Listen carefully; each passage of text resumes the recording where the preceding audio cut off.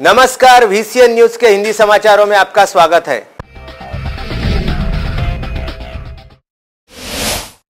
भारत की सर्वोच्चतम अदालत ने रेप और यौन हिंसा के पीड़ितों के नाम और पहचान किसी भी हाल में उजागर नहीं करने का आदेश देते हुए सख्त लहजे में कहा है कि यह बहुत ही दुर्भाग्यपूर्ण बात है कि हमारे समाज में रेप पीड़ितों के साथ अछूतों जैसा व्यवहार किया जाता है। न्यायमूर्ति मदन बी लोकुर की अध्यक्षता वाली पीठ ने प्रिंट तथा इलेक्ट्रॉनिक मीडिया को निर्देश दिया कि रेप और यौन हिंसा पीड़ितों की पहचान किसी भी रूप में उजागर न की जाए। अदालत ने पुलिस को निर्देश देते हुए कहा कि रेप और यौन उत्पीड़न के मामले में ऐसे भी कुछ मामले होते हैं जिसमें आरोपी नाबालिग होते हैं। ऐसे मामलों की प्राथमिकी भी सार्वजनिक न की जाए। मामले में पिछले दिनों हुई सुनवाई के दौरान शीर्ष अदालत से कहा गया था कि महिलाओं के प्रति अपराध के मामले में निष्पक्ष सुनवाई के लिए प्रेस की आजादी और पीड़ित के अधिकार के बीच संतुलन बनाने की आवश्यकता है। दिल्ली के निर्भया कांड के बाद देश में महिलाओं की सुरक्षा की दिशा में पहल के समर्थन में दायर याचिका पर सुनवाई के दौरान यह मुद्दा उठा था। कठुआ रेप कांड और हत्या मामले का जिक्र करते हुए दावा किया गया कि इसमें अदालत में आरोप पत्र दाखिल होने से पहले ही मीडिया ने कुछ आरोपियों के निर्देश होने का फैसला भी सुना दिया था। इस मामले में न्याय मित्र की भूमिका निभा रही वरिष्ठ अधिवक्ता इंदिरा जयसिंह ने न्यायालय में दलील दी थी कि अदालत के विचाराधीन मामलों में मीडिया उसके समानांतर ही सुनवाई करता रहता है। शीर्ष अदालत को महिलाओं के प्रति अपराध के मामले की रिपोर्टिंग के लिए दिशा निर्देश निर्धारित करने चाहिए। सक्षम अदालत में आरोप पत्र दाखिल करने से पहले ही पुलिस मीडिया को सूचनाएं लीक करती है, जो न्यायपालिका के कार्यशैली में हस्तक्षेप के समान है। तस्वीरों में आप राह चलती सड़क देख रहे हैं। सड़क से ट्रैफिक का निर्वहन लगातार जारी है। गाड़ियां गुजर रही है। सिर्फ छोटी गाड़ियां नहीं बल्कि बड़ी गाड़ियां भी गुजर रही है। उन्हीं तस्वीरों में आप यह भी देख रहे हैं कि सड़क पर एक क्रेन खड़ी हुई है। क्रेन से सड़क के बीच डिवाइडर पर लगे पथ दीप निकाले जा रहे हैं, यानी इलेक्ट्रिक के खंभे। यह इलेक्ट्रिक के खंभे खराब हो चुके थे, इनको रिपेयरिंग के लिए निकाला जा रहा है। लेकिन किन हालात में इन इलेक्ट्रिक के खंभों को डिवाइडर से निकालकर रोड किनारे रखा जा रहा है, यह भी आप देखिए। बीच सड़क पर एक तरफ क्रेन खड़ी है और उसी के अगल बगल से यात्री गुजर रहे हैं। आखिर PWD को यह कार्य शुरू करने से पहले इतनी भी जहमत गवारा नहीं हुई। रास्ते पर चलने वाले वाहन सवारों के लिए कोई चेतावनी लगा दी जाए या फिर बैरिकेड के जरिए रास्ते का निर्वहन एक तरफ से कर दिया जाए। इतनी जहमत अगर PWD गवारा कर लेता तो फिर राह चलते लोगों की जान पर कोई खतरा नहीं होता। तस्वीरों में तो लोग भले चंगे रास्ते से गुजर रहे हैं, लेकिन जिस तरीके से क्रेन के जरिए इलेक्ट्रिक के खंभे को चलती सड़क से उठाया जा रहा है, उसमें कई संदेह भी नजर आ रहे हैं। अगर जरा सी अनहोनी हो जाए या फिर खंभा छटक के नीचे गिर जाए तो राह चलते लोगों को बड़ी तकलीफों का सामना करना पड़ सकता है, यहाँ तक कि किसी की जान भी खतरे में पड़ सकती है। लेकिन न ही PWD और न ही उन इलेक्ट्रिक के खंभों का कार्य कर रहे ठेकेदार ने इतनी जहमत गवारा की कि वह कोई प्रोटेक्शन लेकर सड़क से यातायात को रोक ले और फिर अपने काम को करे। अमरावती शहर में सारी व्यवस्थाएं बस इसी तरह चल रही है मानो चलती का नाम गाड़ी हो, किसी को कुछ पड़ी नहीं है। हर कोई काम करते वक्त नियमों के पालन करने में हिचकिचाता है और खुले तौर पर नियमों का उल्लंघन करता है। आखिर अगर इस कार्य के दौरान कोई अनहोनी हो जाती तो फिर उसका जिम्मेदार कौन होता? PWD और स्थानीय प्रशासन को इस बारे में सोचना चाहिए। चोरी और लूटपाट से गाड़गेनगर पुलिस के लिए सिरदर्द बने कुख्यात गजानन आत्राम ने 9 दिसंबर व 10 दिसंबर को रामपुरी कैंप और अशोकनगर में फिर एक बार आतंक मचाया। पुलिस ने आत्राम के खिलाफ 4 अलग अलग अपराध दर्ज किए। इसमें विनय भंग, चोरी का प्रयास, मारपीट व चोरी का समावेश है। चोरी, लूटपाट, फिरौती और मारपीट आरोपी गजानन आत्राम की आदत बन गई है। पुलिस हर बार अपराध दर्ज कर गजानन आत्राम को गिरफ्तार करती है। थोड़े ही दिनों में जमानत पर छुट्टे ही आरोपी गजानन आत्राम फिर किसी अपराध को अंजाम देता है। अशोकनगर, विलासनगर और रामपुरी कैंप में उसकी दहशत है। बार बार गिरफ्तार होने वाले गजानन की जमानत कौन लेता है, यह सबसे बड़ा सवाल पुलिस के सामने है। जबकि आरोपी गजानन का अपने सगे भाई व भाभी के साथ 36 का आंकड़ा है। इस बार तो उसने भाभी से झगड़ा कर भाई पर भी कातिलाना हमला कर दिया था, जिसके चलते उसने अपने भाई से रिश्ता तोड़ दिया है। आरोपी गजानन आत्राम ने 9 दिसंबर की रात 9:30 बजे के दौरान अशोकनगर निवासी महिला के घर जबरन प्रवेश कर पीछे से जाकर जकड़ा और अश्लील हरकतें की। पीड़ित महिला जब मदद के लिए चिल्लाई तो आरोपी गजानन आत्राम ने पीड़िता को लातों और घूंसों से पीटा। पीड़िता की शिकायत पर आरोपी के खिलाफ गाड़गेनगर पुलिस ने धारा 452, 354, 323, 504 और 354 के तहत अपराध दर्ज किया है। उसके उपरांत 9 दिसंबर की रात 10:15 बजे आरोपी गजानन आत्राम ने अपने सगे भाई नरेश आत्राम के गले व कमर पर तीक्ष्ण हथियार से वार किया। घायल भाभी की शिकायत अनुसार पहले आरोपी ने शराब पीकर उसकी पत्नी से झगड़ा किया, फिर उस पर हमला किया। पुलिस ने गजानन आत्राम के खिलाफ 326 के तहत अपराध दर्ज किया है।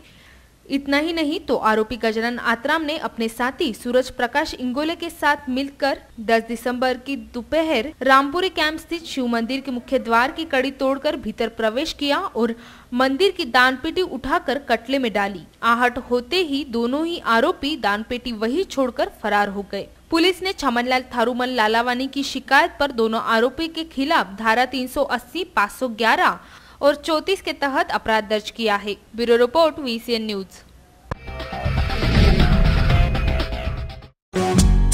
श्रद्धा फैमिली शॉपिंग में जाएंगे हम सभी, साड़ियों की नई डिजाइन देखो यहीं से लाएंगे। श्रद्धा फैमिली शॉपिंग में जाएंगे हम सभी, लेडीज जेंट्स बच्चों की हर फैशन लाएंगे सभी। फैशन के सफर में आप भी आगे ही आगे बढ़ते चलिए, क्योंकि बिजीलैंड का सबसे बड़ा आलीशान भव्य showroom Shraddha family shopping and mall, बिजीलैंड कॉम्प्लेक्स, नांदगांव पेठ, अमरावती।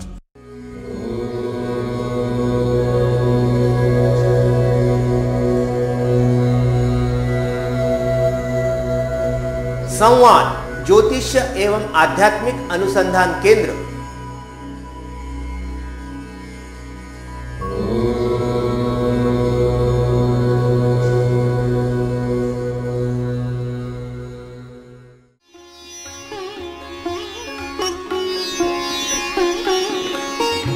समृद्ध जन्म कुंडली के अनुसार करें अपने व्यक्तित्व का निर्माण, अपने बच्चों की परवरिश करें उनकी जन्म कुंडली एवं ज्योतिष परामर्श के अनुसार। विस्तृत फलादेश के साथ जन्म कुंडली का नया स्वरूप, ग्रहों की शांति के विभिन्न उपाय। संवाद ज्योतिष एवं आध्यात्मिक अनुसंधान केंद्र, अंबादेवी मार्केट, अंबादेवी, अमरावती।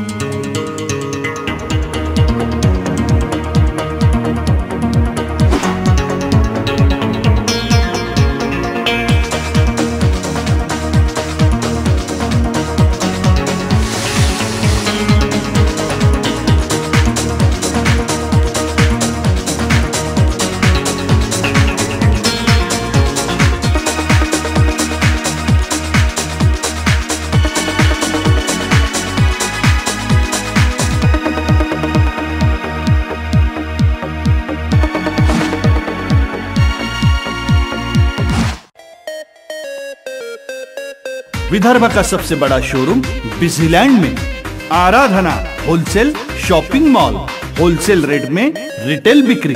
आराधना संपूर्ण लग्न बस्ता, बनारसी शालू, डिझायनर साड्या, घागरा ओढणी, salwar suit, dress material, readymade coat, suiting shirting, teenage wear, kids wear, fashion jewellery, lifestyle, shoes व sandal, home decor, matching. Lane number L2, shop number 43 to 48, विजिलैंड complex, Nandgaon Peth, Amravati. Aradhana wholesale shopping mall, wholesale rate में चिल्लर बिक्री। आराधना। इस वक्त समूचे राज्य में सीएम मुख्यमंत्री खेल प्रतियोगिता का आयोजन किया जा रहा है और इसी के तहत चंद्रपुर जिले के राजूरा तहसील में सीएम चषक प्रतियोगिता में चल रहे कबड्डी का खेल देखने के लिए हजारों की तादाद में लोग मौजूद थे। 11 दिसंबर को कबड्डी का अंतिम मुकाबला था। खिलाड़ी और दर्शक पूरी तमन्ना से खेल में मुग्ध थे। ऐसे में अचानक मानो आफत आ गई। कबड्डी के मैदान में दर्शकों के बैठने के लिए अलग अलग गैलरियां बनाई गई थी और लोहे से बनी यह सैकड़ों टन भारी भरकम गैलरी अचानक धड़ाम से नीचे बैठे दर्शकों पर गिर पड़ी। दर्जनों की तादाद में लोग इस वजनी गैलरी के नीचे दब गए थे और खेल के मैदान में हड़कंप सा मच गया। 100 से अधिक लोग इस दुर्घटना में घायल हुए, जिनमें से 40 दर्शकों को गंभीर चोट आई है। इस आयोजन को देखने के लिए स्थानीय विधायक के साथ साथ पुलिस अधिकारी भी मौके पर मौजूद थे। घायलों को तुरंत प्राथमिक इलाज के लिए राजूरा और गंभीर रूप से घायल लोगों को चंद्रपुर जिला अस्पताल भेजा गया। इस आयोजन में हुई इतनी बड़ी चूक दर्जनों जिंदगियों को मौत के घाट उतारने के लिए काफी थी। गैलरी बनाने में प्रबंधन की यह गंभीर गलती सामने आई है। इसका जिम्मेदार कौन है, यह जांच का विषय है।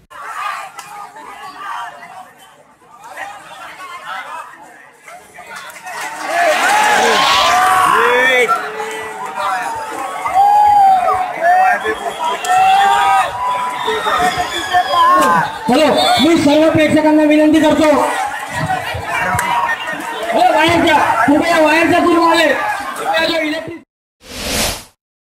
डाक विभाग के India post payment bank IPPB के लॉन्च हुए 4 माह बीत रहे हैं, लेकिन अभी हजारों की तादाद में डाकघर सिस्टम से नहीं जुड़ पाए हैं। अगर किसी व्यक्ति को किसी सब्जी वाले या हजामत करने वाले को भुगतान करना हो तो कई स्थानों पर डाक विभाग की कैशलेस भुगतान की सुविधा ही नहीं है। मिसाल के तौर पर विदर्भ में कुल 3000 डाकघर हैं, जिसमें से 300 डाकघर ही IPPB से जुड़ पाए हैं। 1 सितंबर 2018 को देश भर में जोरों शोरों के साथ कैशलेस ट्रांजैक्शन को बढ़ावा देने के मकसद से इंडिया पोस्ट पेमेंट बैंक की लॉन्चिंग की गई थी। उस वक्त विदर्भ के सिर्फ 11 डाकघर ही सिस्टम से जुड़ पाए थे। अब 4 माह में महज 10% पोस्ट ऑफिस ही इस सिस्टम से जुड़ सके हैं। इस बैंकिंग के जरिए छोटे स्तर पर कारोबार करने वालों को जोड़ने का उद्देश्य है, लेकिन इनके पास IPPB के जरिए भुगतान की व्यवस्था ही नजर नहीं आती। इस सिस्टम के लिए किसी दुकानदार को IPPB में इंडिविजुअल करंट अकाउंट खुलवाना जरूरी है। इसके अलावा उसके ग्राहक के पास IPPB का QR कार्ड होना चाहिए। ज्यादातर बड़े शहरों के डाकघरों में तो यह सिस्टम है, लेकिन व्यवसायियों की ओर से कोई खासा प्रतिसाद नहीं है। डाक विभाग के विदर्भ रीजन की बात करें तो ऐसे खाता धारकों की संख्या 23,000 में ही सिमटी हुई है। वहीं इनमें भी QR कार्ड के जरिए लेन देन करने वालों की तादाद बहुत कम है। शायद यही वजह है कि GPO में मौजूद IPPB की शाखा से इस संख्या की जानकारी देने से परहेज किया जा रहा है। विदर्भ में 300 सब पोस्ट ऑफिस व मुख्य डाकघर इंडिया पोस्ट पेमेंट से जुड़े हैं। 31 दिसंबर 2018 तक विदर्भ के सभी 3000 डाकघर इससे जुड़ जाएंगे। इसके अलावा ट्रांजैक्शन के ऑनलाइन दिखाने के लिए सिस्टम को दर्पण डिवाइस से जोड़ा जा रहा है। इसके माध्यम से लेन देन होने पर खाता धारकों के मोबाइल पर मैसेज आ जाएगा। लेकिन सबसे बड़ी समस्या यह है कि डाक विभाग में पर्याप्त मात्रा में कर्मचारी ही नहीं है और आने वाले दिनों में पोस्ट विभाग से ही पासपोर्ट व्यवस्था को भी जोड़ा जाना है। सवाल यह उठता है कि जब कर्मचारी नहीं रहेंगे तो यह सारा कार्यभार कौन देखेगा। सरकारें सिर्फ स्कीम ला रही हैं, लेकिन उन स्कीमों को चलाने के लिए रिक्त पड़े पदों पर नई भर्ती करने के लिए बिल्कुल भी इच्छुक नहीं नजर आ रही। अमरावती शहर में हालत इतनी बुरी है, इंडिया पोस्ट का एटीएम ढूंढने से ही कहीं नजर आता है। Bureau report, VCN news. देश की सत्ता के केंद्र महल संघ के मुख्यालय का परिसर मंगलवार 11 दिसंबर की दोपहर 12:30 बजे अचानक हथियारों से लैस पुलिस जवानों की जूतों की चाप से गूंजने लगा। देखते ही देखते पुलिस के जवानों ने संघ मुख्यालय परिसर की घेराबंदी कर दी। मुख्यालय की ओर आने वाले सभी मार्गों को बंद कर आवाजाही रोक दी गई। मुख्यालय परिसर के चारों ओर सशस्त्र पुलिस जवान दिखाई देने लगे। अचानक हुई इस कार्रवाई से नागरिकों में खलबली मच गई। परिसर के निवासी बाहर निकलकर सच्चाई जानने का प्रयास करने लगे, लेकिन सशस्त्र जवानों की पोजीशन देखकर किसी की हिम्मत नहीं हुई। परिसर की एक स्कूल की शिक्षिका भी बाहर निकल आई। पुलिस अधिकारियों ने उन्हें बच्चों को बाहर नहीं छोड़ने का अनुरोध किया। यह सुनकर एक पल के लिए शिक्षिका भी स्तब्ध रह गई। उसके चेहरे से उड़ते रंग को देखकर पुलिस अधिकारी ने कहा कि चिंता की कोई बात नहीं है, पुलिस रिहर्सल कर रही है। यह सुनने पर शिक्षिका की जान में जान आई। दरअसल शहर पुलिस ने मंगलवार 11 दिसंबर दोपहर नागपुर स्थित महल के संघ मुख्यालय की सुरक्षा व्यवस्था को परखने के लिए mock drill operation black panther चलाया। इसके तहत दोपहर 12:21 कोतवाली पुलिस को संघ मुख्यालय पर आतंकी हमला होने की सूचना दी गई। कोतवाली के थानेदार उमेश बेसरकर सशस्त्र जवानों के साथ संघ मुख्यालय पहुंच गए। उन्होंने पुलिस कर्मियों की मदद से मुख्यालय की ओर आने वाली मार्ग को सील कर दिया। पुलिस कर्मियों को नाकेबंदी लगाने का निर्देश देकर आला अधिकारियों को घटना की सूचना दी। इसी बीच आतंकियों ने संघ मुख्यालय की इमारत में प्रवेश कर फायरिंग की शुरुआत कर दी। आतंकियों पर काबू पाना संभव दिखाई नहीं देने पर बेसरकर ने क्विक रिस्पांस टीम QRT को बुला लिया। QRT भी तत्काल पहुंच गई। उसने पोजीशन लेकर आतंकियों से मुठभेड़ आरंभ कर दी। QRT ने एक आतंकी को जीवित पकड़ लिया, जबकि दूसरे को मार गिराया। इस दौरान आतंकी हमलावरों से मुकाबला करने के लिए गठित फोर्स 1 को भी बुला लिया गया। फोर्स 1 के जवान भी आतंकियों से भिड़ गए। फोर्स 1 के अधीक्षक राजकुमार शिंदे, जोन 3 के DCP राहुल माणिकर, ACP राजरत्न बंसोड़ भी मौके पर पहुंच गए। अधिकारियों की अगुवाई में ऑपरेशन ब्लैक पैंथर को अंजाम देकर अन्य दोनों आतंकियों को भी मार गिराया गया। समाचारों में अब वक्त हो चला है आपसे विदा लेने का। विदर्भ से जुड़ी तमाम जानकारी जानने के लिए देखते रहिए विदर्भ का सर्वश्रेष्ठ न्यूज चैनल VCN न्यूज। नमस्कार।